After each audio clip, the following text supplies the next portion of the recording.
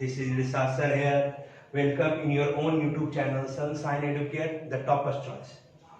ये हमारा degree of comparison का पार्ट 4 है। पार्ट 3 में हम लोगों ने इंटरचेंजेस ऑफ डिग्री की शुरुआत की थी, जिसमें हम लोगों ने पार्ट ए के बारे में सीखा कि द से रिलेटेड क्वेश्चन पूछे जाते हैं, फिर वन ऑफ द से रिलेटेड क्वेश्चन पूछे जाते हैं। दोनों में बहुत सारे सिमिलरिटीज है और क्या क्या डिफरेंसेस है हम लोगों ने उसके बारे में भी डिस्कस की। तो इस पार्ट में हम लोग उसको एक्सटेंड करेंगे। द वाले क्वेश्चंस हम लोगों ने सॉल्व किए, अब हम लोग वन ऑफ द वाले क्वेश्चन सॉल्व करेंगे और बहुत सारे बेसिक कॉन्सेप्ट वगैरह भी हम लोगों ने सीखा, जाना। अगर आप लोगों ने डिग्री ऑफ कंपैरिजन के पिछले वीडियोस नहीं देखे हैं तो मैं आपसे रिक्वेस्ट कर रहा हूं कि आप डिस्क्रिप्शन में मैं उनका लिंक दे रहा हूं, आप जाकर बाकी इसके वीडियो देख सकते हैं, ताकि एक बेहतर कॉन्सेप्ट के साथ, एक बेहतर एनर्जी के साथ आप इस टॉपिक को समझें और बिल्कुल आराम के साथ हंसते खेलते हुए इसके सवालों को सॉल्व करें। तो without wasting our time let's start the topic. तो स्टूडेंट्स, अब हम लोग सीखेंगे वन ऑफ द का इस्तेमाल किस तरह से इंटरचेंजेस ऑफ डिग्री में करते हैं। हम लोगों ने द का इस्तेमाल सीखा, अब हम लोग वन ऑफ द का इस्तेमाल सीखेंगे। थोड़ा सा रिवीजन कर रहा हूँ, पिछले वीडियोस का मैं रिवीजन कर रहा हूँ कि पिछले पार्ट 2 में मैंने इसका आपको अंतर बताया था कि द और वन ऑफ द में क्या फर्क होता है। द और वन ऑफ द में क्या फर्क होता है उसका अंतर मैंने बताया था। मैं मान लीजिए कि मैं एक सेंटेंस में आपको बताता हूँ कि he is the best boy in the class, और एक और सेंटेंस में बोल रहा हूं he is one of the best boys in the class. दोनों सेंटेंस सेम है, सिर्फ पहला सेंटेंस में मैंने द का इस्तेमाल किया और दूसरे सेंटेंस में मैंने वन ऑफ द का इस्तेमाल किया।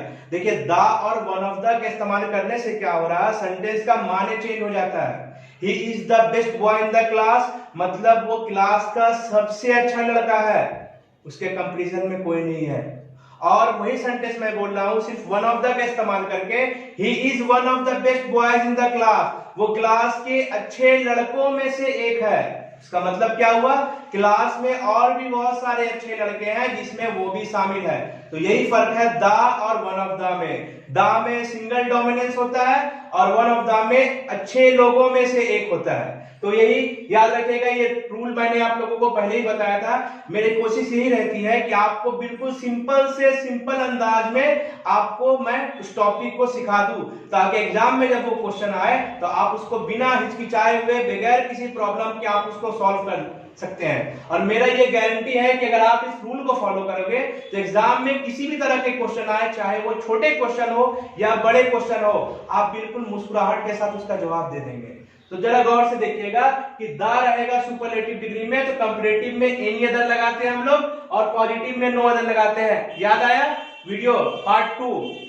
और वन ऑफ द रहेगा तो कंपैरेटिव में मोस्ट अदर लगाएंगे और सुपरलेटिव में वेरी फ्यू लगाएंगे। उसी बेसिस पे मैंने रूल्स को लिख दिया है। बस आपका काम क्या है, आप रूल्स को बस फॉलो करें और किसी भी तरह का क्वेश्चन हो, चाहे वो छोटा क्वेश्चन हो या बड़ा क्वेश्चन हो, आप बिल्कुल मुस्कुराते हुए उसका जवाब दें। सपोज मैंने एक क्वेश्चन लिख लिया, यहाँ पे एक क्वेश्चन देखिए कि Kolkata is a large city in India. Kolkata जो है वो हिंदुस्तान का एक बड़ा शहर है। हिंदुस्तान का एक बड़ा शहर है, बहुत सारे शहर है बड़े, कोलकाता भी है, ठीक है। तो हिंदुस्तान का एक बड़ा शहर है। अगर मैं आपको बोलूं कि ये इंटरचेंजेस ऑफ डिग्री का कौन सा रूल को फॉलो कर रहा है तो आप थोड़ा सा कंफ्यूजन हो जाओगे। मैं अगर आपको बोलूंगा कि बताइए ये सुपरलेटिव डिग्री को फॉलो कर रहा है तो आप बोलोगे नहीं। क्यों? क्योंकि सर सुपरलेटिव डिग्री में दा लगता है या वन ऑफ द लगता है। यहाँ पे ना तो मुझे दा दिख रहा है और ना ही वन ऑफ द दिख रहा है, बिल्कुल सही। तो ये सुपरलेटिव डिग्री भी नहीं है। अगर मैं बोलूं कंपैरेटिव तो कंपैरेटिव में तो देन लगता है सर, यहाँ तो देन भी नहीं दिख रहा है, मतलब कंपैरेटिव डिग्री भी नहीं है। और पॉजिटिव में हम लोगों ने सीखा था कि एज लगता है, वेरी फ्यू लगता है, नो अदर लगता है। नहीं सर, यहाँ तो तीनों में कुछ नहीं दिख रहा है। तो मतलब अगर मैं कहूं कि ये कौन सा है, ये कौन सा डिग्री है, तो आप ये कहेंगे कि ये एक सेंटेंस है, ये एक सेंटेंस है, इसको हम लोग डिग्री में कन्वर्ट करेंगे। कैसे कन्वर्ट करेंगे? बिल्कुल वही पुराना तरीका, सबसे आसान तरीका बनाने का क्या है, मैंने आपको कहा बस सेंटेंस को तोड़िए। चलिए आइए तोड़ते हैं। क्या हो गया, ये क्या है मेरा सब्जेक्ट, जी सब्जेक्ट है। चलो ये सब्जेक्ट है, ये मेरा ऑक्सिलरी वर्ब है, बी वर्ब भी बोलते हैं, is am are was were, ठीक है। ये आर्टिकल है, इसको डिग्री में तो इसका काम नहीं पड़ेगा तो इसको हम स्किप कर दे रहे हैं। ये मेरा एडजेक्टिव है, पॉजिटिव फॉर्म भी बोल सकते हैं, ये पॉजिटिव फॉर्म में लार्ज, अब क्या करेंगे मैं आपको बता चुका हूं कि एडजेक्टिव के बाद जो भी रहता है, चाहे वो एक वर्ड का रहे या उससे ज्यादा हो, उससे ज्यादा हो, मोर देन दैट, तो आप क्या करोगे, आप उसको ऑब्जेक्ट कंसीडर करोगे। आप उसको क्या कंसीडर करोगे, आप उसको ऑब्जेक्ट कंसीडर करोगे। चलो हम लोगों ने आधा काम कर दिया, तोड़ दिया सेंटेंस को। अब क्या करना है, बस उसको पुट करना है। चलिए सेंटेंस टूट गया। अब रूल क्या बोल रहा है आपका, सुपरलेटिव डिग्री बनाएंगे हम। तो हम क्या करेंगे, सबसे पहले सब्जेक्ट क्या है मेरा, चलिए कोलकाता लिख लेते हैं, कोलकाता चलो लिख लिए। फिर बोलता है ऑक्सिलरी वर्ब, मोस्टली इसमें बी वर्ब का इस्तेमाल होता है, ठीक है। ऑक्सिलरी वर्ब क्या है मेरा, इज, चलो उसको भी लिख लेते हैं।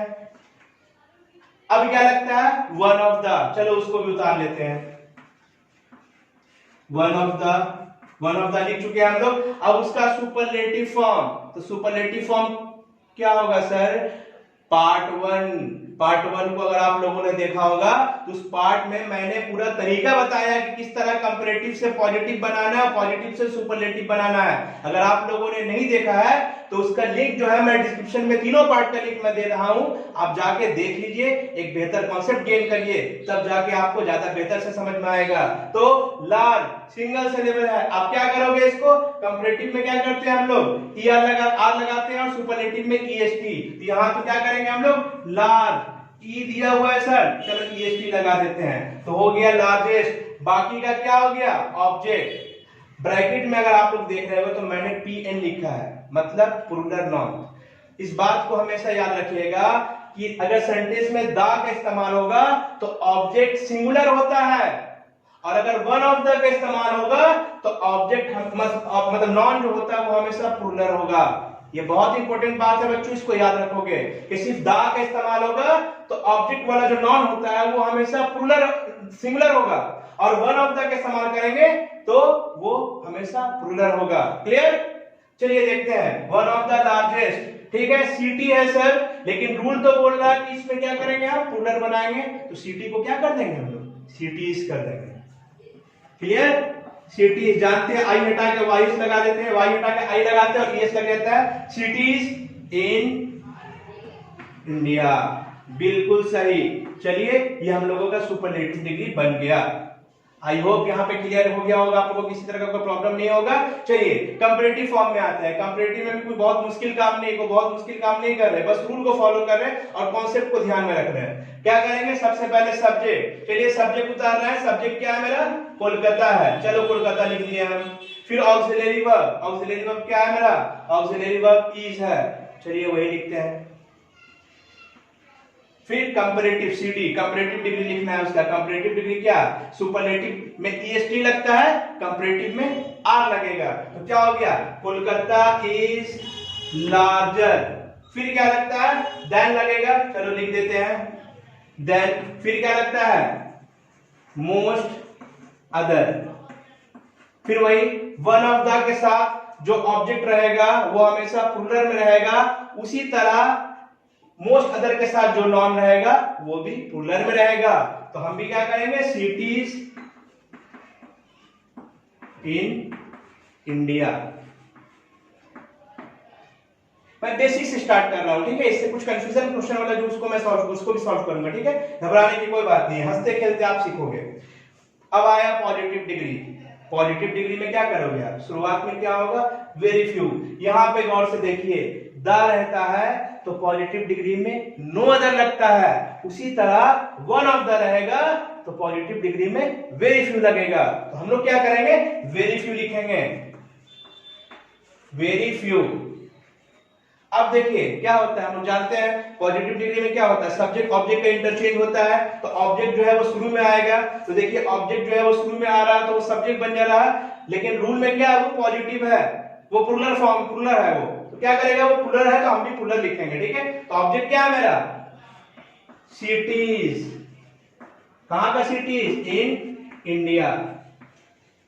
नॉर्मली अब यहां पे देखो आप लोग, यहां पे मैंने क्या किया है कि रूल को और सिंपल कर दिया है, आर या वेयर लिखना है। तो आपको क्या करना है, क्योंकि मोस्टली इसमें बी वर्ब का इस्तेमाल होगा, तो जब बी वर्ब का इस्तेमाल होगा तो प्लूरल के लिए दो ही हेल्पिंग वर्ब का इस्तेमाल होता है, दो ही ऑक्सिलरी वर्ब का इस्तेमाल, बी वर्ब का इस्तेमाल होता है। एक प्रेजेंट टेंस में अगर प्लूरल रहेगा तो हम आर का इस्तेमाल करते हैं, और पास्ट रहेगा तो वेर का इस्तेमाल करेंगे। तो यहाँ पे देखिए क्या है, यहाँ पे अगर प्रेजेंट टेंस है तो आर का इस्तेमाल करेंगे, और अगर पास्ट टेंस है तो वेर का इस्तेमाल करेंगे। तो यहाँ पे कौन सा टेंस है, प्रेजेंट टेंस है, तो हम क्या करेंगे, आर का इस्तेमाल करेंगे।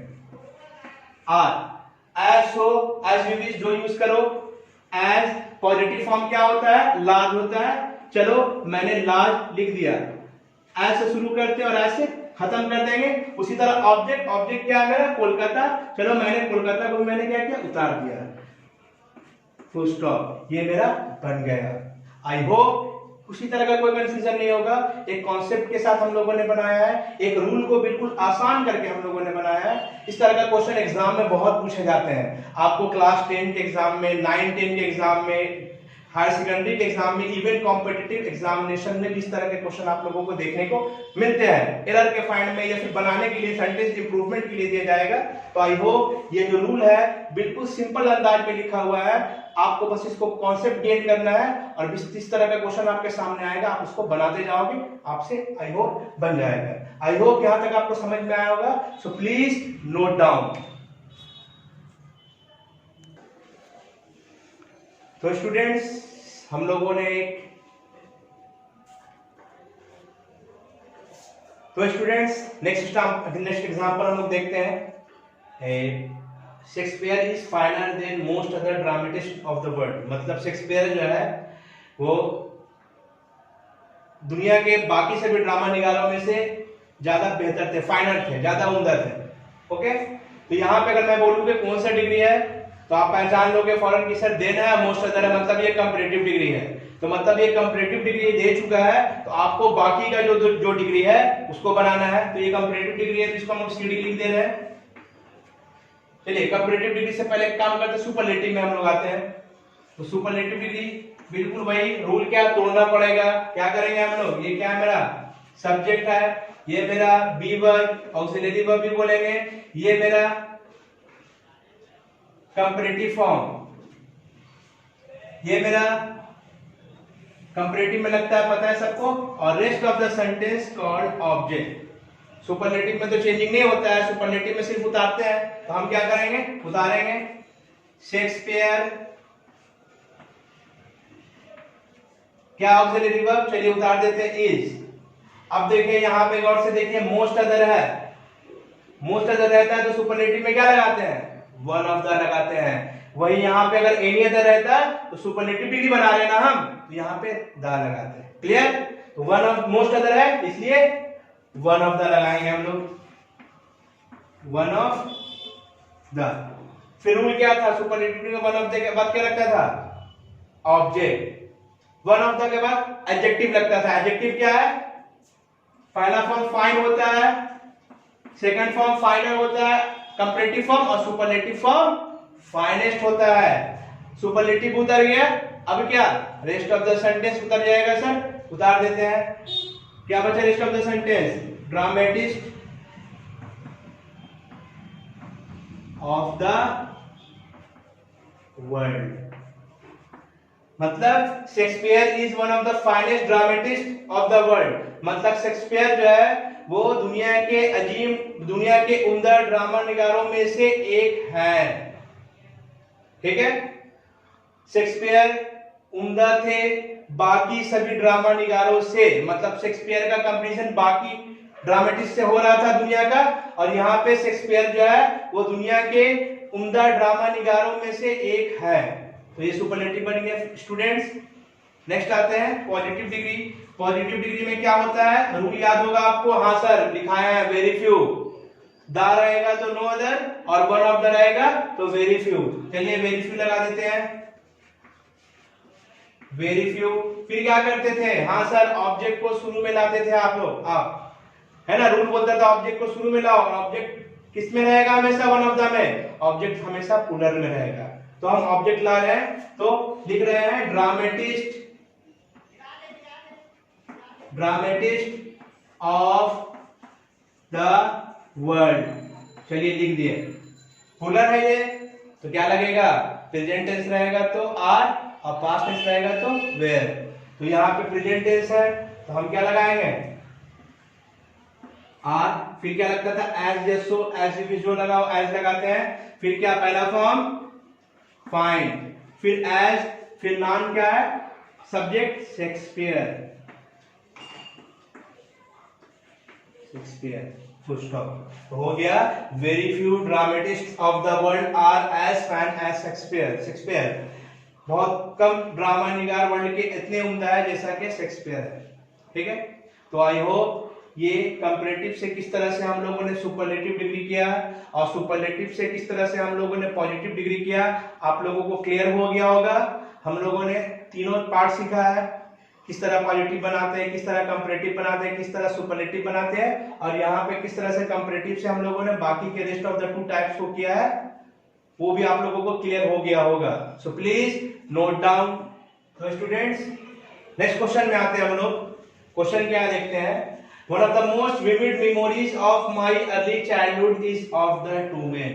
मतलब मेरे बचपन के बहुत सारे रोशन यादों में से एक याद इन 2 men का है। ठीक है, 2 आदमियों का है। तो विविड के माने क्लियर होता है, रोशन होता है, मतलब ऐसी यादें मतलब जो हम लोगों को कभी भी याद है, जिसको हम भूले नहीं। ठीक है, तो अगर मैं आपसे पूछूं कि बताओ ये कौन सा डिग्री है, तो आपके दिमाग में फौरन आ जाएगा कि सर देखिए वन ऑफ द है। तो वन ऑफ द कौन सा डिग्री में होता है, one of the superlative degree में होता है। चलो हम ये सुपरलेटिव डिग्री इसको लिख लेते हैं। मतलब सुपरलेटिव डिग्री बना हुआ है, कंपैरेटिव और पॉजिटिव बनाना है। ये क्लास 12 का क्वेश्चन है, स्ट्रॉन्ग रूट चैप्टर का नाम है। इस तरह का क्वेश्चन का अक्सर बच्चे बोलते हैं हमको बहुत कंफ्यूजन हो रहा है, तो इसीलिए उसको सॉल्व कर रहे हैं। ठीक है, तो इस क्वेश्चन में कुछ अलग आपको देखने को यही मिल रहा है कि सर इससे पहले आप जितने भी क्वेश्चन बनाए हैं उसमें सब्जेक्ट नॉन जो होता है वो शुरुआत में होता है, और द या वन ऑफ द जो है ऑक्सिलरी वर्ब के बाद होता है। लेकिन ये आप कैसा क्वेश्चन दिए कि शुरुआत में ही वन ऑफ द है, तो मैं कुछ नया काम नहीं कर रहा हूं।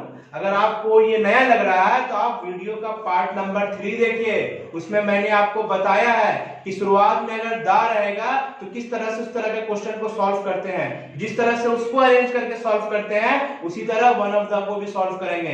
तो आप प्रीवियस वीडियो देख लीजिए, आपका कॉन्सेप्ट क्लियर हो जाएगा। I hope.